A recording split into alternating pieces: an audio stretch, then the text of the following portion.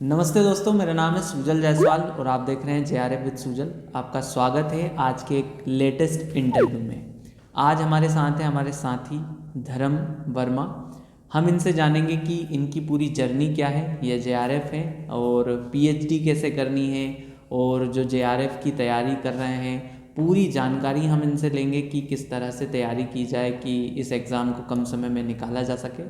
तो हम बिना किसी देरी के धर्म जी से बात करते हैं। सबसे पहले आप हमें बताइए कि आपका इंट्रोडक्शन दीजिए और ग्रेजुएशन पोस्ट ग्रेजुएशन के सफ़र के बारे में बताइए। नमस्कार, मेरा नाम धर्मेंद्र वर्मा है। मैं मूलतः मध्य प्रदेश के ज़िला सीहोर के पाटन गांव का निवासी हूं। मैंने अपनी शुरुआती शिक्षा ग्रामीण एरिया से ही प्राप्त की। उसके बाद बरकतुल्ला विश्वविद्यालय भोपाल से मैंने अपना ग्रेजुएशन BSc में पूर्ण किया। उसके पश्चात मैं दिल्ली गया और वहाँ से दिल्ली विश्वविद्यालय से MA की पढ़ाई की। साथ में JRF की प्रक्रिया भी मैंने JRF भी पढ़ना शुरू कर दिया था। मेरा चूँकि नेट तो पहले ही सेमेस्टर में हो गया, शुरू 2 सेमेस्टर में मेरा 2 बार नेट हुआ और तीसरे सेमेस्टर दिसंबर 2023 में मैंने अपना JRF भी क्वालिफाई किया था।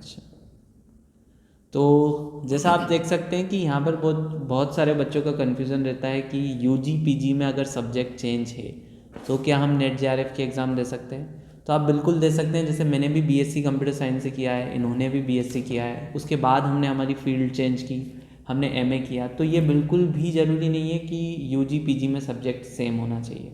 आपका नेट का एग्ज़ाम उसी सब्जेक्ट में होता है जिसमें आपने पोस्ट ग्रेजुएशन कर रखा हो। बिल्कुल बिल्कुल। तो आप हमें ये बताइए कि आप MA में मतलब आपने UG सीहोर से किया है, लेकिन फिर आप MP से बाहर दिल्ली तक कैसे पहुँचे, उसके बारे में बताइए। 2020 में जब लॉकडाउन लगा जी, तो पढ़ाई लिखाई तो सब बंद थी, पर उसी के दौरान मतलब मैंने कुछ साहित्य पढ़ना शुरू किया। मैं BSc का छात्र था। साहित्य पढ़ना शुरू किया, साहित्य में धीरे धीरे रुचि बनने लगी। साल भर लग गए, करीब मतलब 1 साल के लगभग रुचि। फिर मैं जब फाइनल ईयर में था ग्रेजुएशन के, तब मुझे लगा कि MA करना चाहिए हिंदी से। फिर मैंने सोचा कि MA करना चाहिए, पर कहाँ से करना चाहिए, यहीं से करूँ बाहर से करूँ। तब मैं फिर यूट्यूब पे लगातार देखता था, काफ़ी वीडियोस मिले मुझे। फिर मैंने MA का पता किया तो मैंने रैंक देखी कि MA कहाँ से करें। तो फिर मैंने लिस्ट बनाई टॉप यूनिवर्सिटी की, उसमें JNU, BHU, जामिया, DU। तो मैंने प्रेफरेंस के हिसाब से लिस्ट बनाई और फिर मैंने सोचा कि कहाँ किस यूनिवर्सिटी में जाना चाहिए। उसी हिसाब से मैं DU दिल्ली विश्वविद्यालय MA करने गया और काफ़ी अच्छा एक्सपीरियंस रहा, काफ़ी सीखने को मिला उस वहाँ पे। MA के साथ साथ सब कुछ मतलब अगर मैं कहूँ तो पूर्ण व्यक्तित्व का विकास उस विश्वविद्यालय ने किया है मेरा।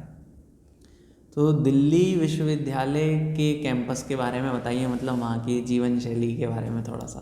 क्योंकि कैंपस तो अभी हम विक्रम विश्वविद्यालय में हैं, तो कैंपस तो यहाँ का भी बहुत खूबसूरत है जी, पर वहाँ का कैंपस कुछ अलग ही है और बहुत अलग ही है। हाँ, वो केंद्रीय विश्वविद्यालय भी है तो उसके अकॉर्डिंग भी चीज़ें देखनी तो होती हैं। कैंपस तो मज़ेदार है, कैंपस का मज़ा अच्छा है। वहाँ की कैंपस तो अपनी अपनी विशेषताएं हैं हर यूनिवर्सिटी की।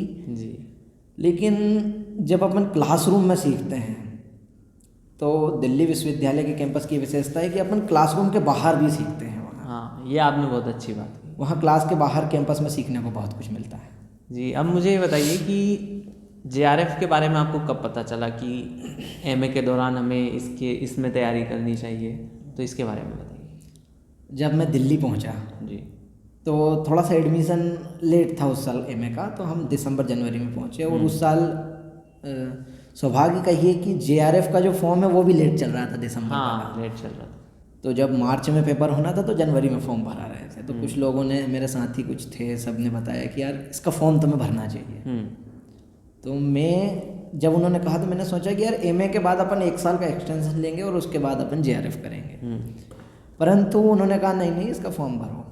तो ये कहूँगा कि मुझे JRF की पूर्ण जानकारी नहीं थी। उसी समय मैंने मेरा JRF का पहला अटेम्प्ट दिया था। यूँ कहें कि MA के फर्स्ट ईयर में खाली शौक में मतलब मैं JRF के एग्ज़ाम देने चला गया। बिल्कुल सही।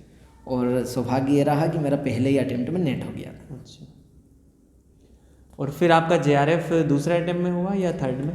दूसरे अटेम्प्ट में केवल 2 क्वेश्चन हैं। अच्छा, 2 क्वेश्चन से JRF अच्छा, से नेट आपका दूसरे अटेम्प्ट में भी हो दूसरे गया? अटेम्प्ट में भी नेट रहा। JRF थोड़ा सा दूर रह गया। अच्छा, तीसरे अटेम्प्ट और सौभाग्य रहा कि हमारा सेमेस्टर के साथ साथ अटेम्प्ट चले हैं JRF हाँ, एक ही साल में उस समय 3 बार JRF किया। बिल्कुल बिल्कुल। तो दिसंबर में ही आपका JRF? दिसंबर तो मेरा भी दिसंबर में ही हुआ है। हम दोनों BSc कंप्यूटर साइंस से थे, फिर फील्ड चेंज हमने करी, तो काफ़ी समानताएं हैं हमारे बिल्कुल अंदर। बिल्कुल बिल्कुल। और हमारे साथ में भी बहुत सारे साथी हैं जिनका दिसंबर 2023 वाले अटेम्प्ट में ही हुआ है। और अब आप मुझे ये बताइए कि जैसे कि जो कुछ बच्चे ऐसे होते हैं जो नेट कर लेते हैं, लेकिन एक बार नेट हो जाता है, 2 बार नेट हो जाता है, लेकिन JRF नहीं हो पाता, कहीं ना कहीं हार मानने लग जाते हैं। जैसे आपका भी 2 बार नेट हुआ फिर JRF हुआ, मेरा भी 3 बार नेट हुआ फिर JRF हुआ, तो ऐसे बच्चों को आप क्या कहेंगे? क्योंकि देखो इसमें हार मानने का तो है ही नहीं, इसमें सिलेक्टेड लोगों का JRF होता है कि 1% शायद उसका भी अभी कुछ कम कर दिया है 1% से भी, तो उसमें नंबर आएगा। आपको हार्ड वर्क के साथ साथ, मेहनत के साथ साथ थोड़ा सा स्मार्टनेस के साथ काम करना पड़ेगा, तभी जाके JRF के पास पहुँचोगे। जब नेट बार बार हो रहा है तो इसका मतलब आप कुछ छोटी मोटी गलतियाँ कर रहे हैं जिससे कि आपका JRF वंचित हो रहा है।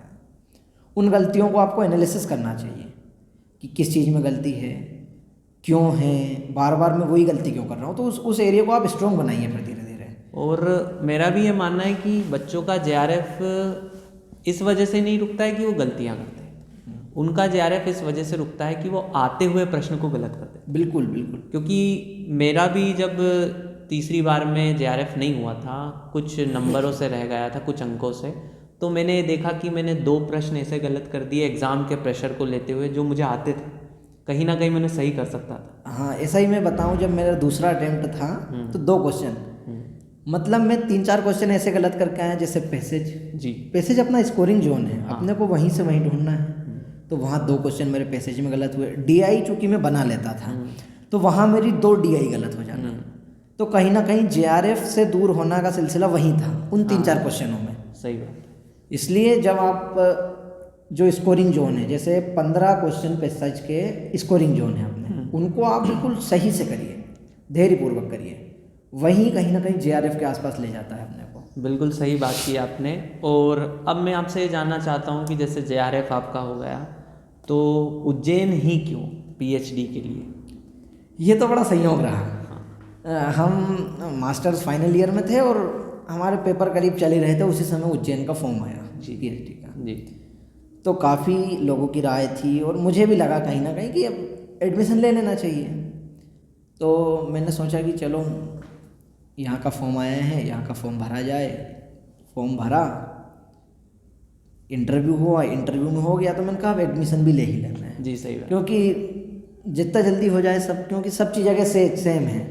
PhD करना है तो विक्रम विश्वविद्यालय आया, यहाँ का माहौल अच्छा लगा, उज्जैन का माहौल अच्छा लगा, कैंपस काफ़ी अच्छा था और वातावरण जो मुझे प्रभावित कर गया, इसलिए मैंने कहा कि अब विक्रम ही चुनना चाहिए। और मैं यहाँ पे सभी से एक बात कहना चाहता हूँ, जैसे जब बच्चों का JRF हो जाता है तो सबसे पहली टेंशन उसे यही लगती है कि मेरा PhD में एडमिशन क्यों नहीं हो रहा है, क्योंकि ये बात वही समझ सकता है जिसका JRF हुआ है। उसको कहीं ना कहीं ये डर लगता है कि 3 साल या 2 साल की जो लिमिट है वो निकल ना जाए, क्योंकि आप जानते हैं कि PhD की जो वैकेंसीज़ हैं, सीट्स है, वो तो बहुत लिमिटेड होती है।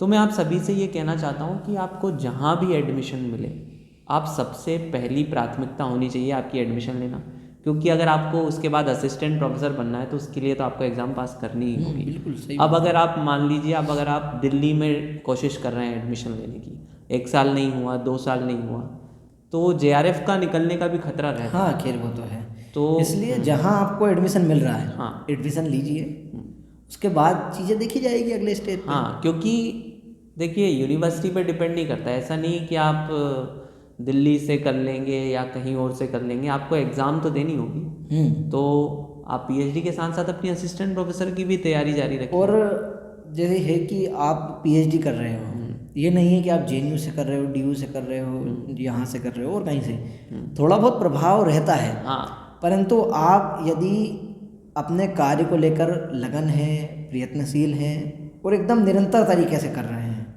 तो आप सबसे निम्न लेवल के विश्वविद्यालय से भी सबसे बेस्ट PhD बना सकते हैं। सही बात है, सही बात है। तो ये थे धर्म जी, जिनके बारे में हमने देखा कि UG कैसे किया, PG कैसे किया, दिल्ली विश्वविद्यालय से फिर पीजी किया, अब हम सभी यहाँ पर पीएचडी कर रहे हैं उज्जैन से। आपने हमारे ब्लॉग भी देखे होंगे, हम क्रिकेट मैच भी खेलते हैं तो जब फ्री टाइम होता है तो। एक रिसर्चर का मजा है, हाँ। यहाँ पे काफ़ी एंजॉय करते हैं। और ये एक चीज़ और जानना चाहूँगा मैं, जैसे हम पीएचडी करते हैं तो आप बताइए हमारे साथियों को जो आगे चल के पीएचडी करने वाले हैं, जो यूनिवर्सिटी में प्रोग्राम होते हैं तो कितना आनंद आता है इन सभी चीज़ों में। देखो, जो विश्वविद्यालयों में प्रोग्राम होते हैं वो बहुत महत्वपूर्ण है। उनमें जितना मज़ा आता है उतना ही सीखने को मिलता है, उतनी अपनी संस्कृति को जानने को मिलता है। खान पान, इस व्यवहार, वेशभूषा, इन सब चीज़ों को, देश की जो बारीकी है उन प्रोग्रामों के माध्यम से ही हम जान पाते हैं। तो वो निरंतर आप जुड़ते रहिए उन चीज़ों से, आपके व्यक्तित्व को समृद्ध करने में उन चीज़ों का बहुत योगदान रहेगा। तो आई होप आपको ये इंटरव्यू अभी तक तो पसंद आया होगा, और हमारे बहुत सारे साथी हैं जो जिनकी अलग अलग जर्नी है, जो असिस्टेंट प्रोफेसर के इंटरव्यू दे रहे हैं, या चाहे वो किसी भी स्टेट का हो, चाहे मध्य प्रदेश का हो, चाहे राजस्थान का हो। बहुत से साथी हैं जो जेआरएफ हैं, हम उनकी जर्नी भी आपके साथ लेकर आएंगे। आई होप आपको हमारे इस इंटरव्यू से बहुत सी चीज़ें सीखने को मिली होंगी। तो अगर इसी तरह की आप वीडियोस देखना चाहते हैं, हम पीएचडी से रिलेटेड भी आपके लिए कंटेंट लेकर आएंगे कि कब क्या कैसे करना है, और जैसे सिनॉप्सिस कैसे बनाते हैं तो वो तो मैंने डाल दिया है, लेकिन जेआरएफ की जो प्रक्रिया है पूरी तरह से हम आपको एक एक चीज़ें बताएंगे। तो आप हमारे इस यूट्यूब चैनल से जुड़ सकते हैं, और सब्सक्राइब करने की बात अब आपसे धर्म जी कहेंगे हमारे। हाँ, ज़रूर सब्सक्राइब करिए। चीज़ें हम काफ़ी आपको देखने को मिलेगी पीएचडी से संबंधित। अभी हम शायद जेआरएफ से भी बातचीत करेंगे। हाँ। कि जेआरएफ कम से कम समय में कैसे किया जाए। हाँ। और वहाँ की पीएचडी में क्या क्या चुनौतियाँ आती है, पीएचडी एडमिशन के समय क्या क्या चुनौतियाँ आती है, वो सब चीज़ों पे हम बातचीत करेंगे। क्योंकि ये बहुत बड़ा टॉपिक है। जेआरएफ करना मेरे अकॉर्डिंग थोड़ा सा आसान है, लेकिन पीएचडी में एडमिशन लेना ये मुश्किल है, क्योंकि इसकी कोई एक प्रोसेस नहीं है। हर यूनिवर्सिटी के अपने अपने अलग नियम हैं, और थोड़ी मुश्किलों का भी सामना करना पड़ता है, क्योंकि हमने ये सारी चीज़ें देखी नहीं है, क्योंकि अभी तक हम विद्यार्थी होते थे और अब हम शोधार्थी हैं, तो इसका अंतर समझना भी बहुत ज़रूरी है। लेकिन हम आपके लिए आने वाले समय में और अच्छी वीडियोस भी लेकर आएंगे, जिससे आपको सारी चीज़ें पता चल सके। और एक चीज़ और, आप हमारे टेलीग्राम चैनल से ज़रूर जुड़ सकते हैं, जो जल्दी से जल्दी अपडेट देने की कोशिश मैं वहीं पर करता हूँ। सारी पीडीएफ आपको वहाँ पर अवेलेबल करवा देता हूँ, तो उसका लिंक नीचे डिस्क्रिप्शन बॉक्स में है। और बस मिलेंगे एक और नई इंटरेस्टिंग वीडियो के साथ, तब तक के लिए देखते रहिए जेआरएफ विद सुजल। नमस्ते।